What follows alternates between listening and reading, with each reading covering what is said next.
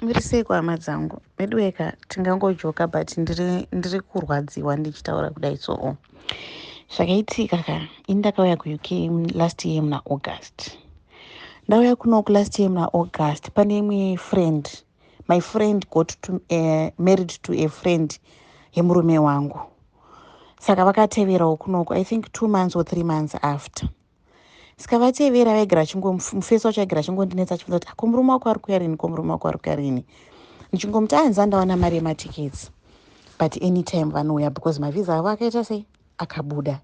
Saka munhu aingoramba achindibvunza ombobvunza murume wangu kuti munoya rini. Saka murume wangu akazondudza kuti munhu yada kubatisa passport yake kuya kunoko. Ndobva ndamuti no passport handisi kuda, usapiwe mapassports nevanhu. If munhu ada kupa passport puwa mari womutengera zvinhu zvachona, don't accept mapassports ekusvitswa muruoko. Saka mauisira ndakazoita vanhu kumba kwangu ka ndangotenga tiketi ari manheru vachitouya mangwana makuseni. Ndobva ndangovafonera manheru yekuma10 kuti muri kutokwira machi mangwana makutouya. Zvekutoti mufesi akatomboti ko unongozongoti tipapo ipapo makuya sei. Ndikati kana mamuda kuoneka magirlfriend manje mukana matoushaya ndichitowanza pai. Saka vakatanga kurongedza usiku kumapast 10 11 o'clock zvekutomhanya zviya. Saka I've got my sister anga ari kumba kwangu ndiye wandairongedzesa zvinhu ndichimuti ndisuro chakati ndikuda chakati ndichingomuudza zvinhu 1 zvandaida kuti zviuye kunoku. So kuma12 I tried calling my husband, phone yake yanga isingadayirwi. Ndikatoti pamwe maybe vaita sei vaenda kunooneka namarwei ndikutowanza paya. Ndopaakabva azoti adzoka ndobva aritena call. Ndikati koiwo ungo usingadayire phone wangu endepi. Zvanzi ndadzika downstairs ndanotora passport yemufesi. Kati koiwo ndakakuti usapiwe mapassports nevanhu saka uri kunotorere passport iyoyo. Zvikanzi zvinhu zvake hazvinambowanda hazviremi, we can just help, we lose nothing pakubatsirana. But ndatomuti but inini my instincts are telling me kuti something is wrong with those things. Dai wazvisiya. Tobva tatomboitisana naro munhu achitoti kana tinenge taita utsinya hazvinambowanda hazviremi. Ndikati no, zvinhu izvozvo I'm just having funny feelings about those things. Zisiya. Ndobva tatombonetsana paya ndopakabva ndatifonera sister yangu kati ndokumbira kuti muburitse zvinhu zvaiswa mumabhegi just now. Sister yangu ikatanga kunditsonharo akati imi tatorongedza zvinhu zvatokure. Ndikati no, zvinhu izvozvo ngazviburitswe. My sister ended up aburitsa zvinhu zvaizvo ndobva azvisiya patable. Murume wangu akaona zvinhu vakubuda mumba makuseni kuti zvinhu zvaizvo zvaburitsiwa. Ndobva vangokwira vaenda kuHarare. Vasvika kuHarare ndobva atenga the exact things zvanga zvabatisiwa nemunhu uyoyo. Ndobva aisa futi mubhegi kuti asvikopa munhu zvinhu zvake. So he told me vakuya kuti ndazongotenga kureplace zvimwe. Ndatomuti uri kuzvinetsere zvikanzi I just feel guilty kunge ndatadza kuita sei kubatsira mumwe rega ndingomutengera zvinhu zvake. Kati abo ani munhu angaudzwa kuti tiri kuuya aingofona achindibvunza kuti vanhu vapapi, vanhu vakrosa, vanhu vadii. Ndichimuudza feedback yese kuti vanhu vadai. Imi muripi? Ndikati handitori kuLondon ndakavamirira ndiri kutomupa feedback yese update yezvese zviri kuitika. Vakrosa here, mapa Heathrow here, vadii ndichingomuudza kuti vakrosa. Takuya kumba aingofona madii makusvika hechichi. Ndikati tasvika pamba. Ndobva asvika ndobva auya ndobva atora zvinhu zvake. Paakavhura zvinhu zvake maive nemagaba 2 edovi nemalolipop 5. Akabva atesta dovi riya mvati waiziti maive mukomana wayo vachinja dovi ravo test yasiyana yepackaging yakasiyana izvo vatangotasana sevanhu vaiziva zvavaita mvatanyarara. Ndobva abuda ndobva aenda. We continued tichitaura as usual chingotaurawo hi kuri sei muri sei ikoko tichingotaurawo zvezve. He never asked anything about zvinhu zvake but angatoona kuti zvinhu zvake zvaangabatisa zvinoita sei hazvina kuuya. Pave ne4 months family yangu yauya kunoko. Then my sister just decided kuvhura zvinhu zviya nezuro. Ndakamuti zvirase but I don't know why akazvichengeta asina kuzvivhura. Nezuro ndopakabva ndambovhura zvinhu zvinisana ndazvirasa. Mvavhura gaba redovi rekutanga kwakuona mune chiplastic mugaba redovi chine zvinhu. Isusu we just suspected kuti madrugs aya because hatizivi kuti zvii. Then vatasendera vanhu mapictures ezvinhu zvavona vakati imi madrugs aya kumaida kudii nemadrugs. Vatatanga kuexplainera vanhu zvinhu zvakaitika. So mugaba 1 redovi mamine madrugs. Then mune rimwe dovi mamusina chinhu. Then malolipop aya anga ari malolipop 5. 3 anga ari madrugs, 2 anga ari malolipop. Saka ndo zvinhu zvabatiswa munhu kuti auye nazvo kuno kuUK. Saka meaning kuti munhu aigona kutadza kubudirira kupinda nawo obviously because nemasechero anoitwa pamaborder post ka aisa kupinda nawo. Rari jail ranga riri pachena. Vana vangu vodhipotewa. Pamwe ini ndaisvika pakudhipotewa kwa ndaitogona kusungwa ndonzi ndiri accomplice I don't know. But being done nemunhu wauri kuti is a friend. hama dzangu ndakarwadziwa. Then I sent the picture yezvinhu zvake munhu yaya. Ndobva ndamuti ndakamupsendera picture. Ndobva ndati does this looks familiar? Ndobva nditi what's that? Bva ndamufonera back. Pandakamufonera akabva nditi I'm driving, I can't talk to you right now. Ndobva akata. The whole day he never called back. Bva ndamusendera message manheru ndikabva ndamuti are you still driving? Ndobva nditi 15 minutes. 15 minutes dzakapfuura 30 45 minutes bva ndamutry kumufonera futi he didn't pick my call. Ndopakabva ndisendera message chikanzi I'm doing a bit of errands, I'll call you back. Ndasvika kumba, he never called kusvika tarara. Makuseni bva ndamusendera message ndikati good morning. Ndopabva andifonera back. Angotanga nekuti wati zvinhu zvakaonekwa muzvinhu zvangu. Ndikati no, I didn't say that. Ndati does this packaging looks familiar to you? Zvikanzi ndozviziva zvinhu zvangu. Ndikati saka kana zviri zvinhu zvako zvakafamba sei? So mungatondiudza imimi kuti zvinhu izvozvo zvaenda apo zvaikoko sei? Ndikati mina ndichikuudza chokwadi, dovi rako harina kurongedzwa, rakasiyiwa kumba kwangu. Takarongedza rimwe dovi risiri rako, ende taida kuona kuti iwewo uchareacta sei, but you decided to be quiet. Zvikanzi at least kana vakayambuka zviri bhoo, kana pasina anything chiri bad, I'm really sorry I didn't tell him kuti mune zvinhu, but ndaida ngochansawo kuti ndione kuti zvinhu zvangu zvinouya here. Ndikati uchichansa uchitesta mumwe munhu zvichiuya nemumwe munhu wakadi kuuya nazvo wega pawakauya iwewe.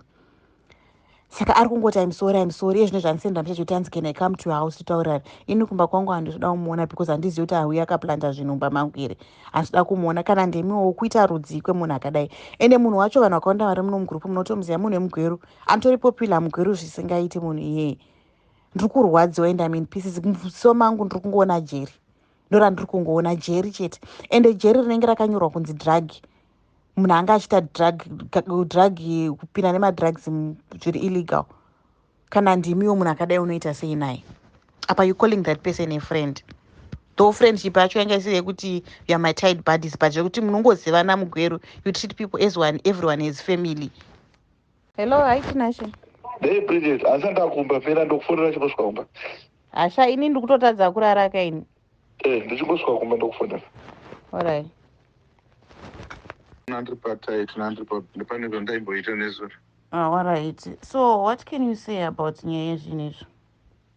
What is zviri plastic ranga rine zvinhu zvangu inini? Ndanisa ndataura hangu kudaro, ndangokuvunza kuti this picture looks familiar.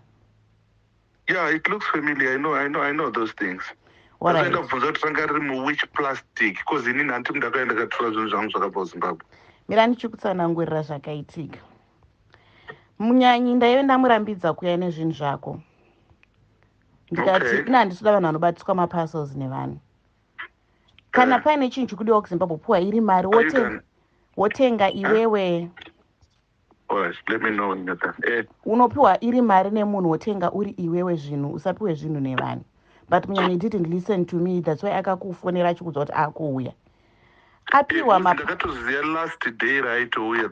Iyewo akaziva last day. And now mudza in time kuti are coming. Matickets avo ndakamabhuka usiku. Vachiuya makuseni. Ndo time dzaakazviziva kuti vari kuuya kunoko. I just told him like kuti makutouya because ndopandakawana munhu akanipa mari. Then abva akuudza ipapo ndichingomuudza because iye he felt kuti he really needed to help. Aifunga kuti inini ndoda kuita utsinya ndoda kubatsira, but I had someone anga experience something bad about kubata maparcels evanhu. So that's why ndakamurambidza. Ndamurambidza kudaro iye akanditsa naro akabva aramba bva arongedza maparcels enyu. Arongedza maparcels enyu kumba kwangu kune my elder sister. Then I called my elder sister ndikati ndokumbira kuti mubudise maparcels ewayo. I just don't feel comfortable with parcels. Please remove those plastic parcels. My sister mba amabudisa maparcels enyu. Munyanyi only noticed achibuda mumba kuti maparcels enyu were on the table and he felt so bad. Asvika kuHarare head to buy rimwe dovi. That dovi ramakapiwa harisi dovi rako. Munyanyi bought that dovi and you noticed it. Paukarivhura uri mumba medu kuti harisoro dovi rako, wakazviona. Atenga rimwe dovi ndoraakauya naro. Ndobva akupa because he thought it was just ordinary dovi rauri kuda, so that's why he bought rimwe dovi akati rega ndopa bhururu wangu. But later my sister asara ndakamuti ndokumbira kuti murase zvinhu izvozvo. We don't know how safe those things are. But my sister decided to open those things. Ndobva aona plastic iro mudovi. Then the other lollipops were very suspicious. They didn't look like my sweets. Only 2 were looking like my sweets, my chocolate eclairs. The other 3 were not chocolate eclairs. Angari mastambo, but inside they were not mastambo. Aionekota mastambo. So all this while, I've just been quiet. Uchandivunza ere about your stuff or what's going to happen, because you never mentioned about it. Yesterday, that's when I thought about it. But what would have happened, Tinash, per airport? Just imagine. Munyanyi getting arrested for zvinhu one. Where would my kids be? And where will I be now? Dai ndiri pai izvezvi tinashe nevana ava 4. Dai munyanyi ari pai nevana musi iwoyo paairport. You're done. All right, 2 minutes. Then what? Saka ndakabatikana zvisingaiti. All these days I've been quiet. Dangonzwiswa kuti zvaida kudii, zvaizodii. Imagine dai akabatwa ine zvinhu izvozvo. Isusu we don't know kuti zvinhu izvi zvii. But the people that have been showing these things vari kundotaura kuti zvinhu izvi zviri illegal. One, that's why zvanhu zvakatoiswa mudovi. All right, mira tozinotsotaura kuti length izvozvo ndiri pabasa ndada kutopedza. But you know, we can't keep on hiding behind bush or kuda kuramba nyaya. Kana zvakatoitika and personally I'm very sorry. But Nashesha, imagine this is ijera tiri kutaura nezvaro iri. Ijera tiri kutaura nezvaro. Dai ndiri paitina. Ndati kuti tichiramba tichida kutongesana tichidai, so you know, I'm sorry, Bridget. Just like From that. From bottom of my heart, I'm sorry. Saka you knew kuti mune zvinhu mukati. Yeah, ndaiziva. That's why ndandoona zokufonera chikutsanangura. Of which I know hangu kuti they're gonna get here safe wandinoona. Kunyepa. Zvavisingambouye zvinhu izvi. I've doing follow-ups pesa pandichiverenga manyaya dzevanhu dzakadai, so munhu anga achingoenda kujeri nezvinhu zvakadai, so hapana kusvika kwazvazvichaita. Why didn't you tell munyanyi kuti mune zvinhu mukati? At least ouya achiziva. Pane kuti womuhaidhira sha. Yeah, I know it's not good. That's why I'm apologizing, Antonon. That's why I'm apologizing. Saka tichataura about it, andita satataura nditi. Yeah, ndoona so I can come, ndoona so yakuleadza. It's okay, because to be honest, I'm really disturbed about it. Ndiri kuona jeri maziso angu. I'm very sorry. Can I at least takatopokonyukawo zvitori right? We learned from mistakes. That's why I'm apologizing. So are you coming or uchafona? Ndogona kuzofona because ndandopedza basa ngwai. Ndatozopikawo shift yanga history yangu. Saka handisi kuziva kuti nopera ngwai. All right, I'll hear from you. All right, sure.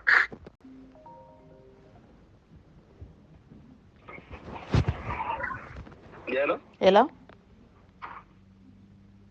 Hello? Hello, ndiri kunzwa. Hi, Lizzie. Really right. Yeah, sorry, I'm very busy. Ndatozoita free manje. Okay. Yeah. My messages angu amaverenga. Nasanaenda paWhatsApp mira, just hold maverenga. I'm not taking this lightly, Tinash. Handisitombodi kukunyepera. It's not a story yekuti tingatamba nayo ichi.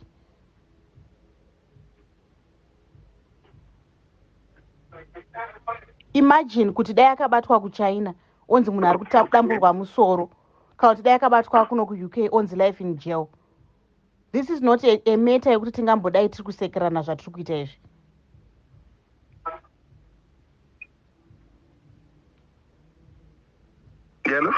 Hello? Fona ndiri kuteerera zvamuri kutaura. Ndapedza kutaura newe, wandoti uri kuverenga mamessages. Ndachitaura ndichifunga kuti uri kuverenga mamessages. Alright, ndamaverenga, ndotobva saka iwe uri kufungei nenyaya izvi? Sandati iwo kana ndaapologiza imaramba kuapology. Apology yamaita iyoyoyo? Is that an apology? Handa ndiyo kumba kwenyu kandi. Aiwa, kumba kwangu handitodi. Kumba kwangu handichatozivi. Unouya ukandidyarira zvinhu zvako ndikazopinda pataiti. Kumba kwangu I no longer trust you anyway, close my house. Because zvinhu zvawakaita ka, I'm trying to think what were your intentions. What were your intentions? Isusu hatina mari, tiri vanhu vanotambura, Tinashe. Handiti? Hatina life, tiri vanhu vanotozvitamburirawo. Since tiri kuZimbabwe hatina mbovhura takaita life inoshamisira, taingozvitamburira. Up to now tinotambura. Wondiitira utsinye hwakadaro. Ndozandati iwo matorero aunenge wakuzviita unenge wakutora izivi pamwe ndaida kutokupanisha kana ndaida. Zvinoreveiwo right? Ona Bridget, kutsanangurana nyaya dzakadai so pafoni ka inango I believe kuti kana uchifeel aggrieved chero kati yatisangane pasi pemuti audondiswe kumba kwako hazvina kana problem. Unowanza kuti tinashe musi wakati tosangana in person ndokutsanangurira iwo hako I can't stop you kuti if you want to take any action I can't stop you. But iwewe waida kuchaya kuita sei?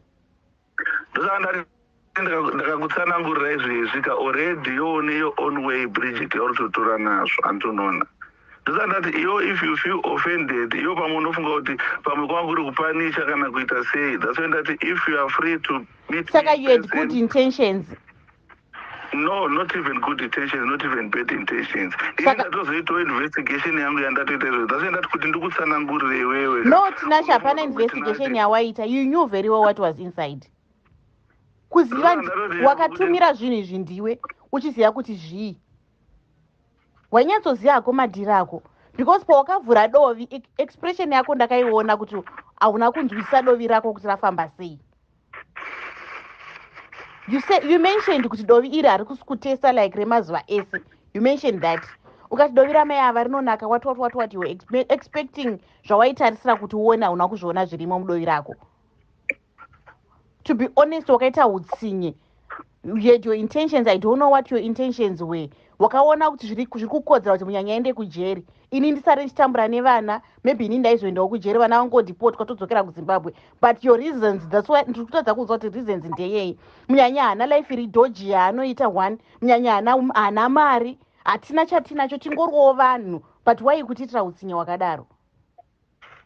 Kunoku kwacho we are struggling, kuZimbabwe we are struggling. Ndaikuona isenge your family ndichikuudzai maproblems angu, but you never felt for it. Amuna kana kutinzwira tsima makafunga kutiitira utsinye pamusoro peizvozvo futi. Why did you do that? No question yangu kuti why? What were your reasons? Dai wakamuapproacha zvakanaka murume munyanyi is a man like you. Munyanyi ndine madhiri angu akadai. Unoda here kuya nezvinhu zvakadai kwete kumuhaidhira Tinashe. Why? Ndopani pari kundirwadza ipapo. Ona Bridget. Wapedza kutaura ndichitaura. Ona Bridget, iwo already dzasoenda kuziva kuti imatoni mama iwo unenge watoni maonero ako akawanda. Aunenge uchiti pamwe zvinhu zvakadai so pamwe aida kuti zvinhu zviite so pamwe aida kupanisha pamwe aida kuita sei antonoona. Ndosandati ini nyange ndakakutsanangurira zvakaita sei. Tese totongotenda Mwari kuti probably that parcel didn't come through.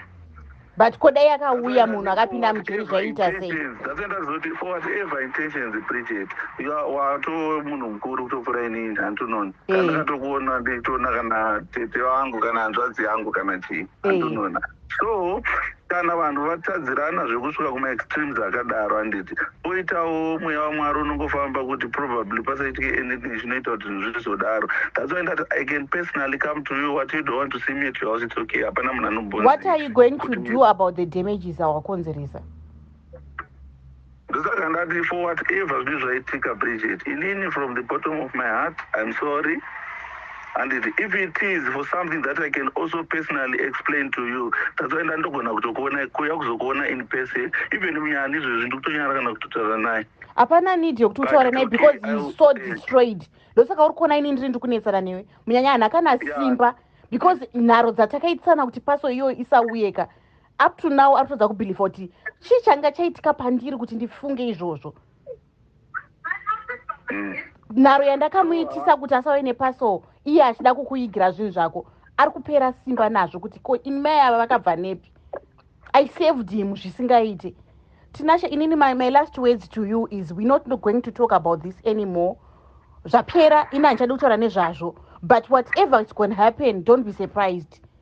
Zvandichaita, don't be surprised. Inini newe we are done. I'm going to delete and block your number as I'm finishing talking to you. Zvapera. Because hasha dzandiri kunzwa ka handisi kuda kuramba ndichitaura newe. I'm deleting and blocking because the more I'm talking to you ndichasava navangu ka neupenyu hwavanga vachatarisana nawo ndiri kurwadziwa zvisingatomboiti.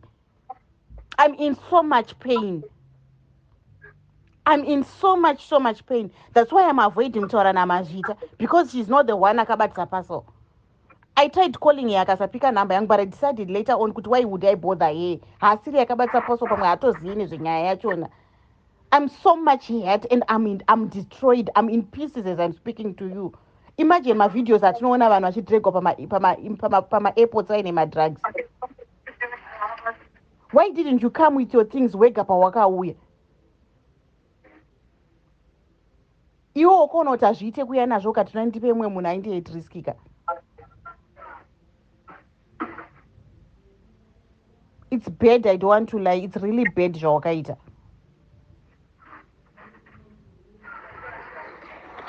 Sorry, Bridget. I know you are hurt and, hapana imwe justification, pura kuita sorry when you commit something.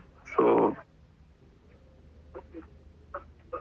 I really don't know, and haungambofoka justify it. The only thing that I can say to you is I'm sorry. Alright, it's okay. Chimboita inguva. Ndo mashoko angu ekupedzisira newe. It's okay time. Hatina zvatinazvo, but Mwari will always protect us. Unombokwati zvine pane chemunhu akandoita sei zvazoita izvezvi I cannot comment anything because iwewe unenge utoriwo hate and unenge uchiona masaidzi akawandisa handinoona. But inini, all I can say to you, Bridget, is it's up to you, it's up to your heart. Inini, I'm really sorry.